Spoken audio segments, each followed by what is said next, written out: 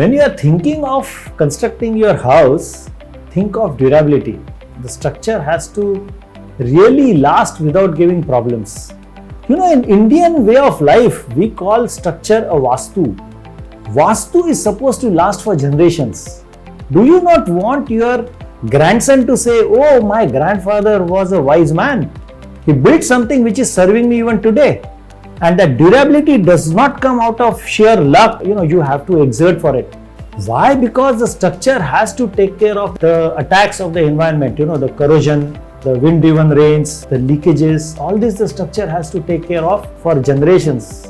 Selection of right kind of advisors, whether they are consultants, architects, selection of right kind of material, selection of right kind of contractors is very important, and the construction must be given a reasonable time to be created.